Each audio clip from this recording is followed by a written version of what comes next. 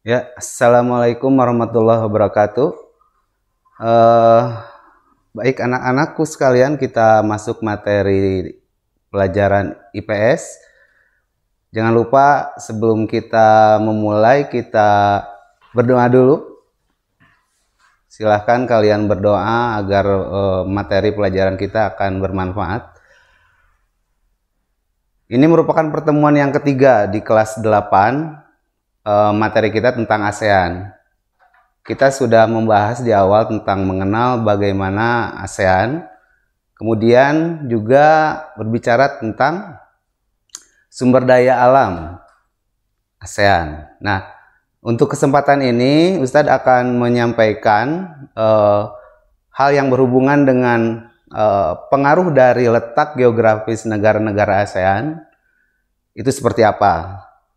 Nah, sebelumnya kalau kita bicara tentang wilayah, fisik suatu wilayah itu tentu akan berhubungan dengan letak astronomis, dengan letak geografis, juga letak geologis. Nah, untuk letak astronomisnya, maka pengaruhnya itu tentu akan berhubungan dengan iklim. Nah, iklim karena negara-negara ASEAN itu ada di antara 3,5 derajat sampai 2-3,5 lintang utara dan selatan, maka rata-rata negara ASEAN itu memiliki iklim tropis. Nah, itu pengaruh dari lintang astronomis, garis astronomis. Nah, kemudian yang akan kita bahas di sini adalah tentang bagaimana pengaruh dari letak geografis. Letak geografis sendiri, negara-negara ASEAN itu ada di antara 2 benua dan 2 samudra, yaitu antara benua Asia dan Australia, kemudian Samudra Hindia dan Pasifik. Maka negara-negara ASEAN itu juga sering disebut berada pada posisi silang. Nah, baik, kita lanjutkan saja. Ustadz di sini akan menampilkan video nanti yang akan mempermudah mudah-mudahan dalam materi kita supaya bisa tergambarkan oleh kalian semua. Kita mulai saja. Di sini kita akan bicara tentang letak geografis. Jadi letak geografis ASEAN itu ada di antara 2 benua dan 2 samudra. Yaitu di antara benua Asia dan benua Australia. Ya. Selanjutnya juga ada di antara 2 samudra, yaitu Samudra Hindia dan Pasifik. Maka kalian bisa melihat bahwa tergambarkan ASEAN itu ada di posisi silang. Nah, pada posisi silang inilah nanti akan bagaimana pengaruhnya itu terhadap negara kita, juga negara-negara ASEAN lainnya. Nah, untuk pengaruh yang pertama itu dari letak geografis ini, bahwa negara kita juga negara-negara ASEAN lainnya itu diuntungkan dalam sisi ekonomi. Ya, karena dengan berada pada posisi silang ini, akhirnya negara-negara ASEAN menjadi jalur lalu lintas internasional. Maka dalam sisi perdagangan, perekonomian itu akan sangat berpengaruh sekali. Dan yang kedua, pengaruh dari letak geografis ini adalah terhadap musim. Nah, bagaimana musim bisa dipengaruhi oleh letak geografis ASEAN ini? Nah, kita akan ulas secara rinci pada kesempatan kali ini. Ya, jadi kalau kita lihat bahwa letak geografis ini berpengaruh terhadap musim. Dan musim di kita itu ada 2 musim, karena kita berada di antara garis balik utara dan garis balik selatan, yaitu 23,5 derajat lintang utara sampai 23 derajat lintang selatan. Nah, pengaruh dari letak geografis tersebut adalah terhadap musim itu dipengaruhi oleh iklim musim atau disebut juga muson. Nah, yang mempengaruhinya itu adalah angin muson. Ada angin muson barat yang terjadi pada bulan Oktober sampai April itu akan mempengaruhi terhadap musim hujan. Sedangkan angin muson timur itu terjadi antara April sampai Oktober yang nantinya akan menyebabkan musim kemarau. Nah, kenapa angin muson barat menyebabkan musim hujan, sedangkan angin muson timur menyebabkan musim kemarau? Nah, ini jawabannya akan kita ulas di sini sekarang. Nah, sebelum membahas itu semua, yang harus kalian pahami bahwa kata kunci bagaimana pengaruh geografis terhadap musim ini ada dua. Yang pertama itu angin, dan yang kedua itu gerak semu matahari. Nah, untuk pertama kita bahas tentang angin dulu. Apa angin itu? Kenapa angin berpengaruh? Jadi seperti yang sudah kalian pelajari bahwa angin itu adalah udara yang bergerak. Ya, pergerakan angin itu dari suhu rendah ke suhu tinggi. Nah, ini secara umum bahwa suhu udara itu akan mempengaruhi terhadap pergerakan angin. Nah, di sini suhu udara rendah itu akan mendorong udara untuk bergerak ke suhu udara tinggi. Nah, kenapa? Nah, kita ulas sekarang bahwa apa angin itu. Nah, pada prinsipnya angin itu adalah udara yang bergerak. Apa yang menggerakkan udara? Itu udara bergerak karena ada tekanan udara. Nah, di sini angin terjadi karena adanya gerakan udara.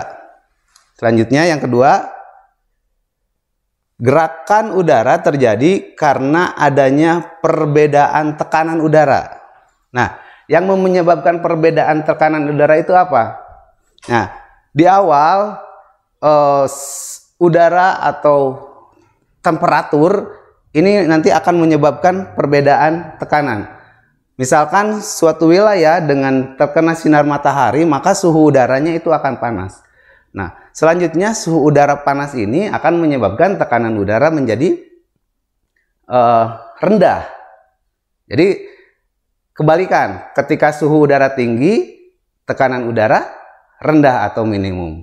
Dan sebaliknya, ketika suatu wilayah tidak terkena sinar matahari, maka suhu udara di tempat itu adalah dingin atau rendah. Maka pada saat suhu udara rendah, tekanan udara yang terjadi itu maksimum, tinggi. Nah, itu harus kalian ingat bahwa sekali lagi ketika suhu udara panas, tekanan udara rendah.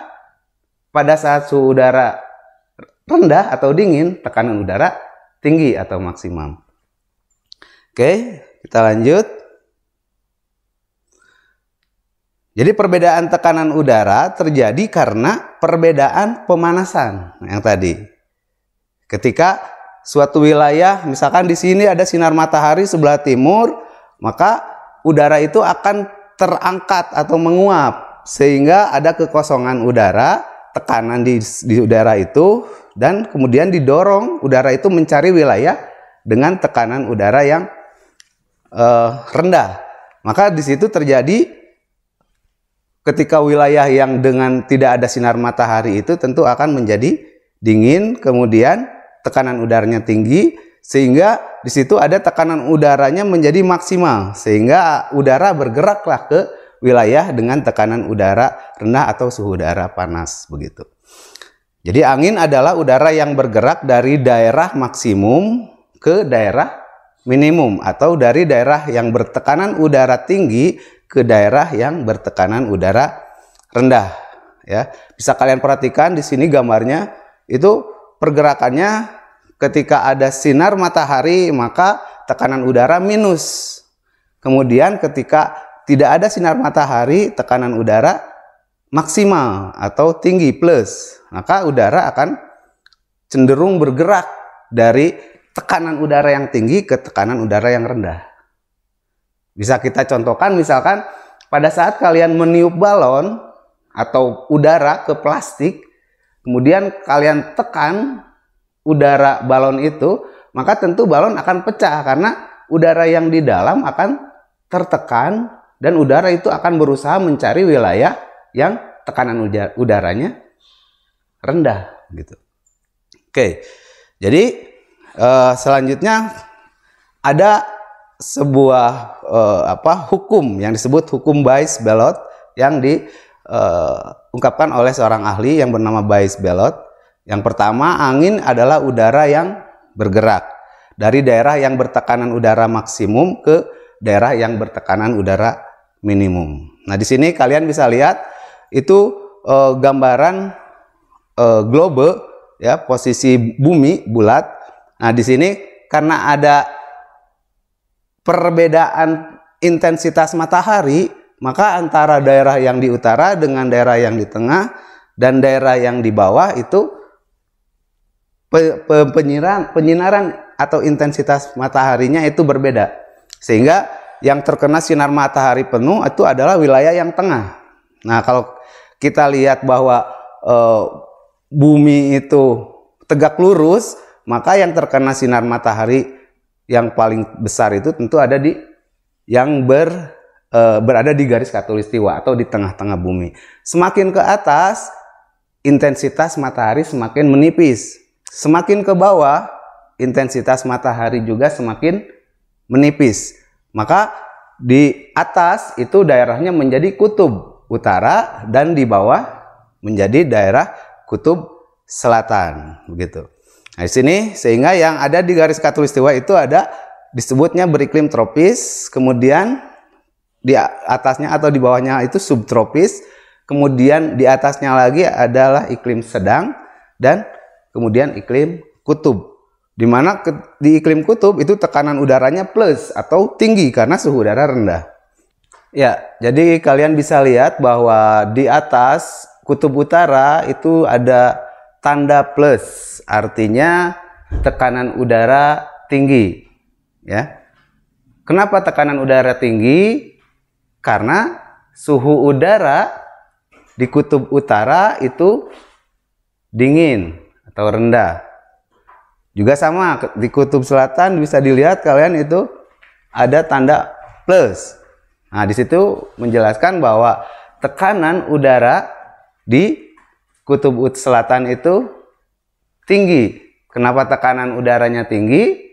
Karena suhu udaranya rendah, dingin.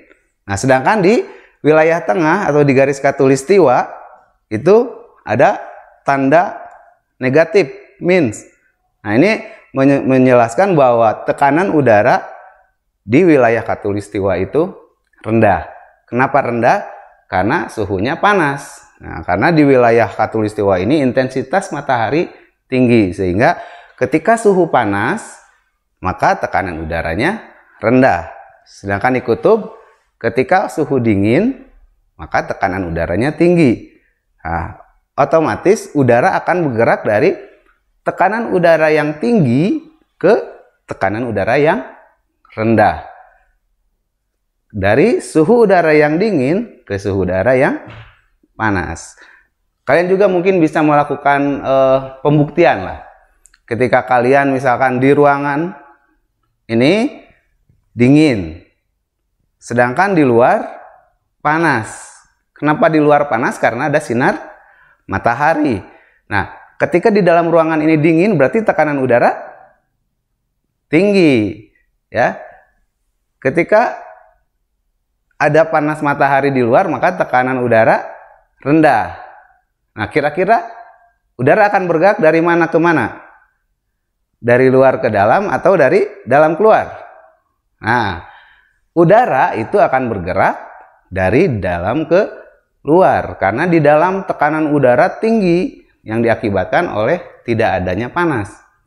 Ya, artinya suhunya dingin, tekanan udara tinggi, di luar suhu udara panas, tekanan udara rendah. Maka kalau kalian misalkan bakar kertas, si asap itu pasti akan bergerak dari dalam ke luar, mencari ventilasi untuk bergerak ke arah luar yang tekanan udaranya itu rendah.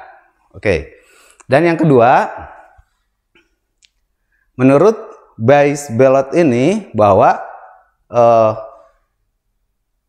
pergerakan udara ya di muka bumi ini itu dari utara akan berbelok ke kanan, ya. Dari utara berbelok ke kanan.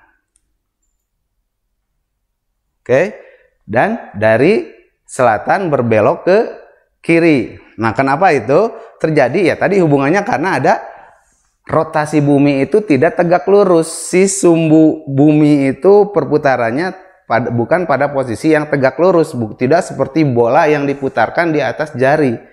Tapi bumi berputar atau berotasi itu dalam kondisi miring. Nah, kalian bisa lihat kenapa globe, kalau kita memutarkan globe itu nggak tegak lurus tapi miring. Ya memang kondisi sesuai aslinya begitu, dan kemiringannya itu 23,5 derajat.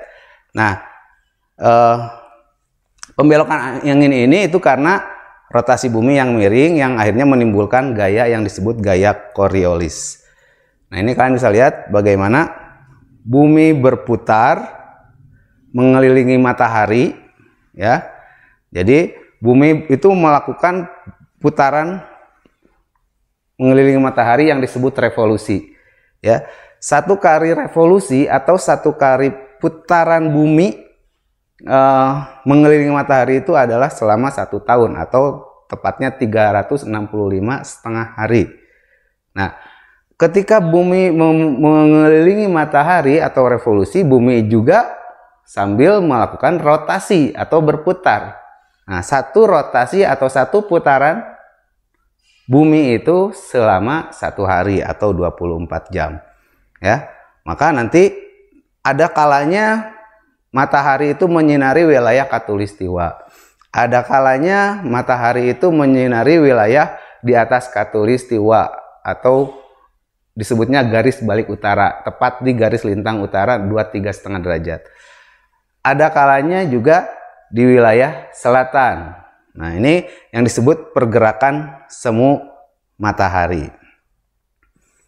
Ya, ini gambarannya seperti ini. Oke.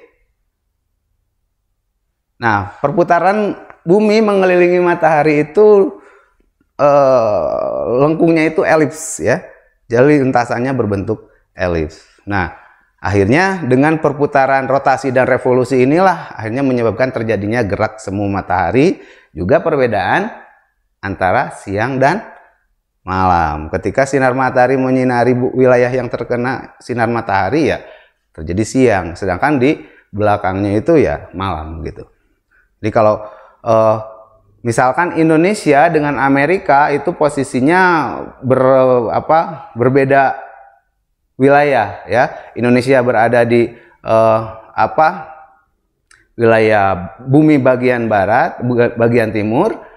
Amerika berada di belahan bumi bagian barat. Ketika Indonesia terkena sinar matahari, maka Indonesia siang, sedangkan Amerika belahan bumi bagian barat itu malam, ya. Jadi kenapa orang Amerika disebut orang barat? Ya karena ada di wilayah bumi bagian barat. Kita sebagai orang Indonesia disebut orang timur, ya karena ada di belahan bumi bagian timur begitu. Oke, lanjut. Nah, ini penjelasan tentang gerak semu matahari. Di sini setiap bulan itu berbeda-beda, ya. Jadi bumi itu berputar, ya, pada bulan Januari, Februari, Maret, April, ya, itu dalam posisi yang berbeda. Di sini kita bisa lihat ilustrasinya. Nah, ini September, Oktober, ya, November, Desember.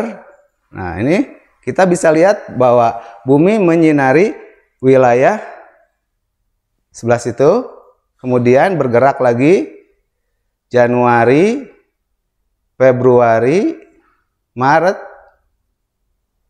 April. Bisa kita lihat sebelah mana matahari itu menyinari wilayah bumi, ya. Oke. Kalian perhatikan garis khatulistiwa itu. Nah, kalau digambarkan dalam bidang datar, maka matahari itu seolah-olah bergerak. Padahal bukan matahari yang bergerak, tapi bumi yang berputar dalam kondisi miring 23,5 derajat. Maka pergerakan sinar matahari ini disebutnya gerak semu matahari. Karena bukan matahari yang bergerak, tapi kita, bumi yang berputar dalam kondisi yang miring. Nah, jadi pada tanggal 23 Maret itu matahari itu menyinari wilayah bagian khatulistiwa. Kemudian bergerak Maret, April, Mei, 21 Juni itu matahari ada di wilayah utara. Ya. Kemudian Juni, Juli, Agustus, 23 September balik lagi ke garis khatulistiwa. Ya. Oktober, November, Desember, tanggal 22 Desember itu matahari ada di wilayah selatan. Ya.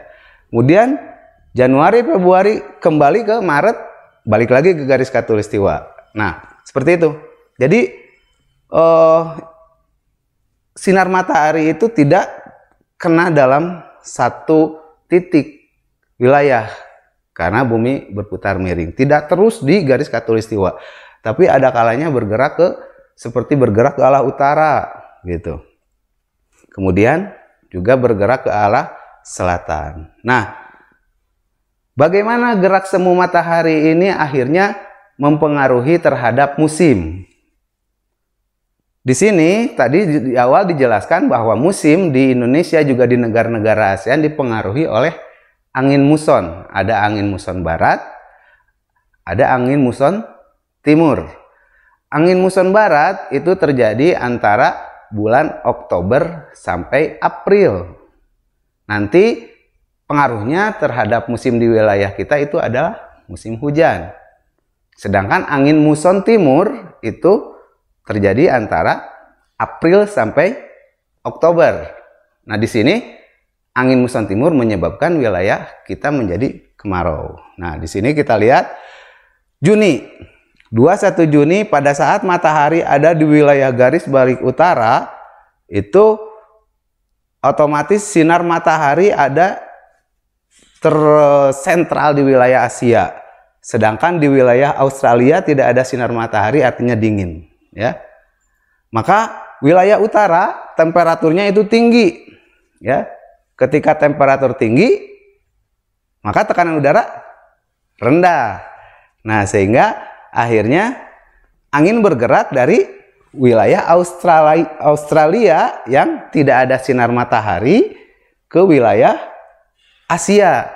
Nah, pergerakan dari selatan ke utara atau dari Australia ke Asia ini bergeraknya dari selatan itu karena dari selatan bergeraknya ke arah kanan sehingga akhirnya disebut angin muson timur. Pergerakannya ke arah Asia itu berbelok ke timur terus ke arah utara.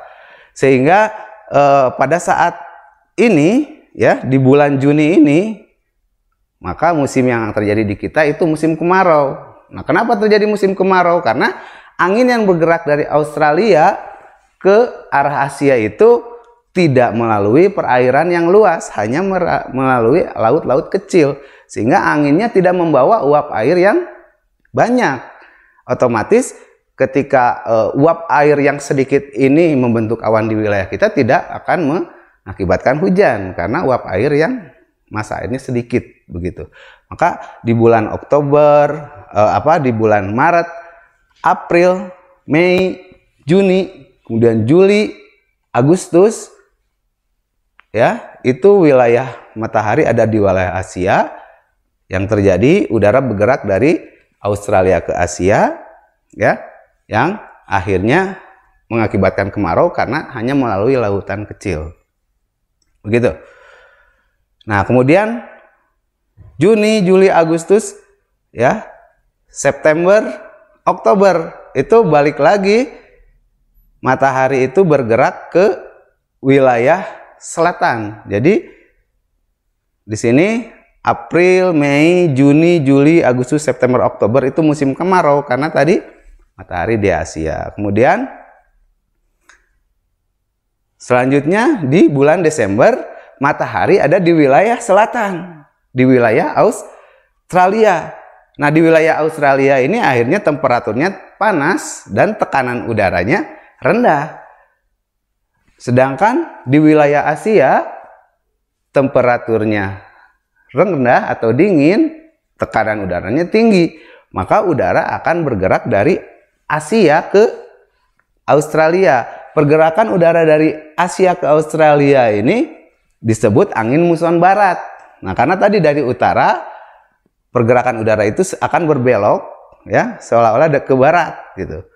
Kemudian udara ini melalui lautan yang cukup besar, Indochina, kemudian Samudra Hindia, kemudian melewati wilayah Indonesia, wilayah-wilayah negara ASEAN, kemudian menuju ke Australia, sehingga udara yang bergerak ini membawa uap air yang sangat banyak. Maka akhirnya menyebabkan wilayah kita dan negara-negara ASEAN lainnya menjadi musim hujan. Karena tadi si angin muson barat ini di bulan Oktober sampai April ini membawa uap air yang banyak dari lautan-lautan yang cukup luas, ya, termasuk Samudra Hindia. Oke, nah jadi dalam 1 tahun ini akhirnya kita hanya memiliki 2 musim gitu, karena letak geografis kita antara benua Asia dan Australia dan dipengaruhi oleh pergerakan semu matahari. Dalam setengah tahun ada di wilayah utara, kemudian di setengah tahun ada di wilayah selatan, maka akhirnya membentuk angin muson barat yang terjadi bulan Oktober sampai April, ya. Jadi kalau untuk mudah mengingatkan, barat, Oktober, April disingkat jadi BOA gitu, ya. Oktober, November, Desember, Januari, Februari, Maret, April itu musim hujan, karena yang terjadi angin muson barat dari Asia ke Australia melewati lautan besar, Samudra Hindia dan lain sebagainya. Sedangkan April, Mei, Juni, Juli, Agustus, September, ya, matahari ada wilayah Asia, ya, sehingga panas ada di wilayah Asia, tekanan udaranya rendah. Sedangkan Australia dingin, tekanan udaranya tinggi. Udara bergerak dari Australia ke arah utara, ke Asia, itu berbelok ke arah timur, ya, menuju Asia yang hanya melewati lautan kecil, sehingga udara yang bergerak ini atau angin muson timur ini tidak membawa uap air yang banyak, yang akhirnya menyebabkan wilayah kita musim kemarau. Nah, itu mungkin secara umum pembahasan kita mengenai pengaruh letak geografis terhadap musim di wilayah negara Indonesia dan negara-negara ASEAN. Jadi kita simpulkan bahwa musim di kita itu ada 2, hujan dan kemarau. Nah, hujan dipengaruhi oleh angin muson barat yang terjadi Oktober sampai April, ya. Barat, Oktober, April itu hujan. Kenapa hujan? Karena udara bergerak dari Asia ke Australia melalui lautan luas Samudra Hindia, sehingga uap airnya udaranya membawa uap air yang banyak yang akhirnya mengakibatkan wilayah kita hujan. Sedangkan ketika angin muson timur yang terjadi di April sampai Oktober, ya, sinar matahari ada di wilayah Asia. Australia panas, tekanan udara tinggi, maksimum, maka udara bergerak dari Australia ke Asia, sehingga ketika melewati pergerakan itu hanya melalui lautan-lautan kecil. Artinya udara hanya membawa, angin ini hanya membawa uap air yang sedikit, sehingga mengakibatkan wilayah kita kemarau. Dan karena wilayah Australia juga itu kebanyakan wilayah gurun, sehingga anginnya juga angin kering, ya. Seperti sekarang kita merasakan kemarau, udaranya dingin. Kenapa kemarau dingin? Ya karena udara yang dibawa itu dari Australia itu angin kering begitu, ya. Nah, oke, itu yang bisa saya sampaikan. Untuk latihan, kalian coba cari peta buta, ya. Kalian gambarkan pola angin muson barat itu bagaimana pergerakannya dari Asia ke Australia. Kemudian angin muson timur bagaimana pergerakannya dari Australia ke Asia, ya. Kalau ada pertanyaan, kalian bisa japri atau di grup IPS ya. Kalian bisa langsung tanyakan, kita diskusikan. Coba kalian kerjakan tugasnya, jangan lupa kirimkan ke email, jangan ke grup WA ya. Oke, sampai di sini dulu. Kita akhiri pertemuan kita. Mudah-mudahan materi kita ini bisa kalian pahami, juga bermanfaat, dan jangan lupa selalu jaga kesehatan. Assalamualaikum warahmatullahi wabarakatuh.